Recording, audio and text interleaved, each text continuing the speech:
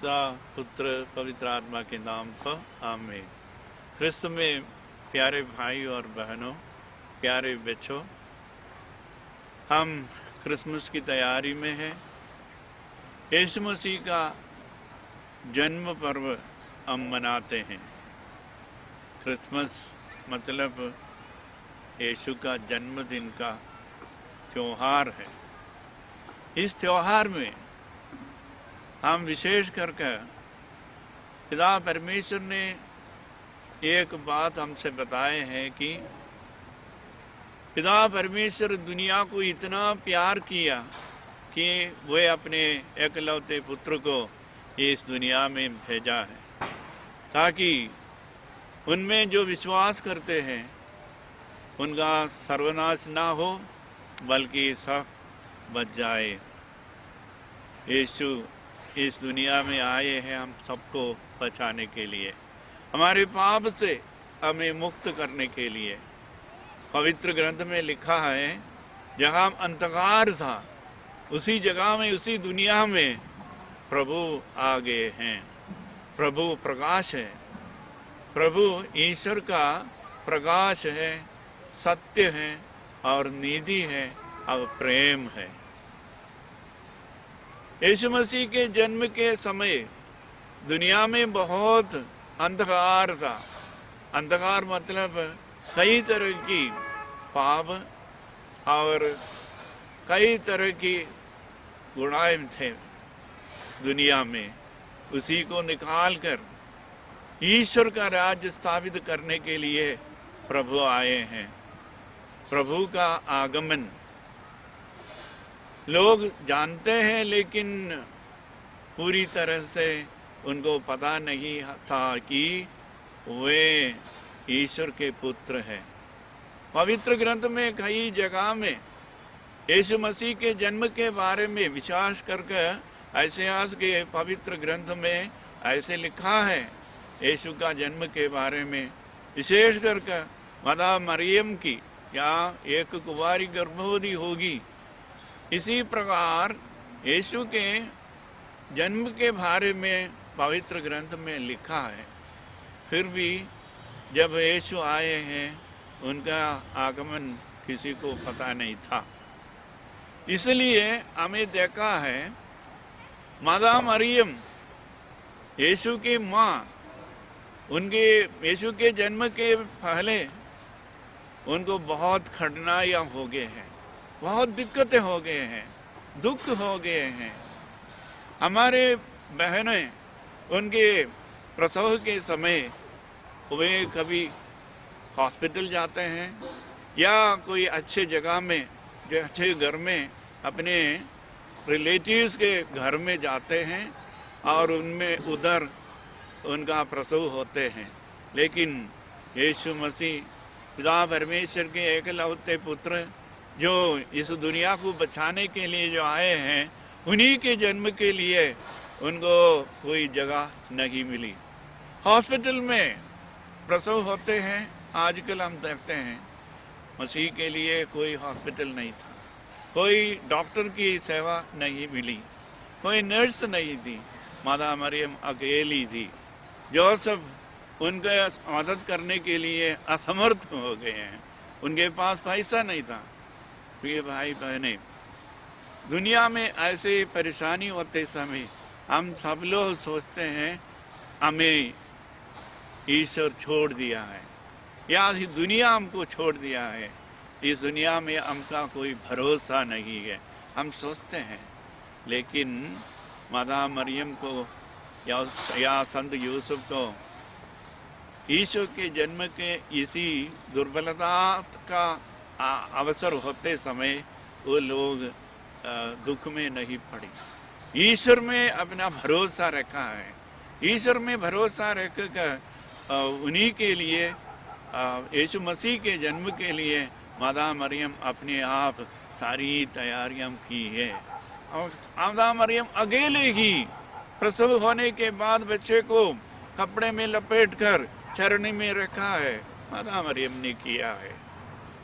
दुनिया में क्यों आप लोग सोचते होंगे इतना परेशानी लोगों के लिए होते हैं, दुनिया में परेशानी होते हैं क्योंकि दुनिया किसी को अच्छाई या भलाई करने के लिए नहीं सोचते हैं। हम सोचते हैं कि हमारे लिए दुनिया एक शत्रु है। लेकिन मैं आप लोगों के एक छोटी सी कहानी बोलकर इसी के बारे में उत्तर देना चाहता हूँ। एक नवयुवक एक बार ऐसे कर दिया, एक आश्रम में चले गया, हिंदू आश्रम में चले गया। उधर जाकर उधर के स्वामी से पूछने लगे, स्वामी जी मनुष्य क्या क्या कीमत है, वैल्यू है, मनुष्य की कितने वैल्यू है, उन्हें पूछा। तब स्वामी जी ने इस नवयुवक के ये प्रश्न सुनकर उनको पता लग गया है कि उनके मन में कुछ परेशानियां हैं, इसलिए ऐसे पूछते हैं। उन्होंने बताया, आप कल आना, मेरे पास आना, मैं आपको जवाब दे दूंगा। तब अगले दिन वो नवयुवक स्वामी के पास पहुंच गया। स्वामी के पास पहुंच कर पूछा है, आप मुझे इधर आने के लिए कल बताए हैं, मैं आपके पास आया। खुशी से संतोष से स्वामी जी उनसे बताया, मेरे पास बेटा ये एक चीज़ है, आप ये इसको ले जाना। तब देखकर उनको पता लगे एक पत्थर की टुकड़ा है, पत्थर की छोटा सा एक पत्थर की टुकड़ा है। उसने वो पत्थर को देकर नवयुवक से बताया, बेटा तुम इस पत्थर को बाजार में, दुकानों में, सभी दुकानों में जाकर पूछ लेना, उधर के दुकान वालों से पूछना, भाई इस पत्थर की कीमत कितनी है, इस पत्थर के अगर मैं आपको देते हैं तो आप मुझे कितने सामान दे सकते हैं। पहले ने ये पत्थर देखकर, चाले दुकान वाले ने ये पत्थर देखकर बताया, ये तो साधारण पत्थर है बेटा, तुम क्यों ऐसे लेकर आया मेरे पास, ये तो बेकार चीज़ है, ये पत्थर से मैं क्या दे दूं आपको, मेरे दुकान से कोई चीज़ आपको मिल सकते नहीं। वो उधर से चले गया, दूसरी दुकान गया, वो वाला भी ऐसे ही बताया। तीसरे दुकान गया, चौथे दुकान गया, कई दुकान जाकर वो सब दुकान वाले उनसे बोलने लगे, ये सिर्फ पत्थर है, आप पागल आदमी है, क्यों ऐसे लाकर मुझे हमें तंग करते हैं, ऐसे बोलने लगे। आखिरी में इस लड़का, इस नवयुवक एक ज्वेलरी शॉप में चले गया, जो हम सोना चांदी वगैरह बेचते हैं।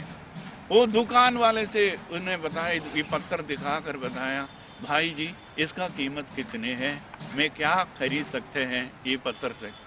तब दुकान वाला ये पत्थर अपने हाथ में ले लिया, तो एकदम उसको ये पता लग गया कि इस पत्थर साधारण पत्थर नहीं है, इसका ज़्यादा वजन है, साधारण पत्थर से भी थोड़ा सा वजन ज़्यादा है। इसलिए उसने ये पत्थर लेकर नीचे ज़मीन पर उसको ठकराया और बाद उसको थोड़ा सा रंग, अच्छा चमकने वाली रंग आ गया है। तब उनको पता गया ये तो एक अच्छा ज्वेल है, रत्न है। इसलिए उन्होंने बताया, बेटा ये कहाँ से मिला है, ये तो बहुत कीमत वाली पत्थर है। तब उसने बताया, स्वामी जी मेरे पास दिया है, स्वामी जी मुझे बताया है ये पत्थर दुकानों में जाकर इसका कीमत पूछ लेना, आप इसको भेजना नहीं, उसको सुनकर, उन लोगों के बात सुनकर मेरे पास आना, ये पत्थर लेकर वापस आना। और वो नवयुवक स्वामी के पास पहुंच गया और सारी बातें उनसे बताया हैं, ऐसे ऐसे हो गया है। स्वामी जी ने बताया, मनुष्य की कीमत इसी प्रकार है। बहुत कम लोग मनुष्य की कीमत के बारे में जानते हैं। इसी पत्थर के रूप में है मनुष्य। कुछ मनुष्य ऐसे काला हो गया, कुछ मनुष्य जो रेड हो गया या दूसरे रंग में हो गया, सफ़ेद हो गया। लोग इसको पत्थर मानते हैं, इससे ज़्यादा नहीं मानते हैं। जानने वाला बहुत कम लोग हैं। जो बुद्धिमान लोग, जो ईश्वर से संपर्क करने वाला आदमी को, मनुष्य को जानते हैं। यीशु मसीह इस दुनिया में आए हैं। यीशु मसीह को मालूम है आदमी का कीमत कितनी है, कितने मूल्यवान है आदमी।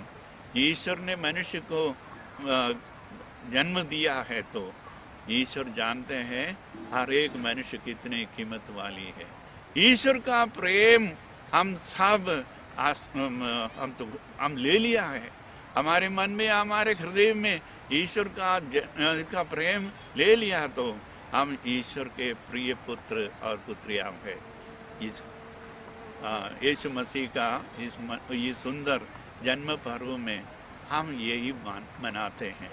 इसी मनोहर सुंदर प्रेम, पिता परमेश्वर का प्रेम को हम आस्वाद करते हैं, प्रभु को धन्यवाद करते हैं। प्रिय भाई बहनें, हमें जानने वाला यीशु का जन्म पर्व मनाते समय हम भी प्रभु से प्रार्थना करें कि हम ईश्वर के संतान, मूल्यवान पुत्र और पुत्रियां हैं। प्रभु को धन्यवाद करें, स्तुति करें और यीशु मसीह का उन महान अनुग्रह के अनुसार, उनके महान वचन के अनुसार, पवित्र ग्रंथ में प्रभु हमें दे रखा है, उन महान अनुग्रहों के अनुसार, वचनों के अनुसार जीने की कृपा मांगे। प्रभु आप हम सबों को अपना आशीर्वाद प्रदान करे। पिता, पुत्र, पवित्र आत्मा के नाम पर आमीन।